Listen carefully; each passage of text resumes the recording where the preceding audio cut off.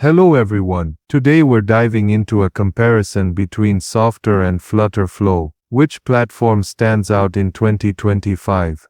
Let's find out, and make sure to watch till the end for the full picture. Let's begin with Softr. Softr is a no-code platform made for building web apps, portals, and internal tools, quickly and without needing to code. It integrates smoothly with Airtable and Google Sheets, making it ideal for users who want to create database-driven apps with ease. Thanks to its drag-and-drop interface, building MVPs, client dashboards, and gated content becomes effortless. No technical experience required. Now let's talk about Flutterflow. Flutterflow is a low-code builder based on Google's Flutter framework. It's tailored for users who want to build visually stunning and highly functional mobile and web apps. With powerful features like Firebase integration, custom APIs, animations, and exportable Flutter code, it's a favorite among developers and advanced users. In terms of usability, Softr is perfect for beginners or non-tech users who need to build fast, simple web apps. Flutterflow is better suited for those looking to build scalable, production-ready apps with more advanced features. When it comes to customization,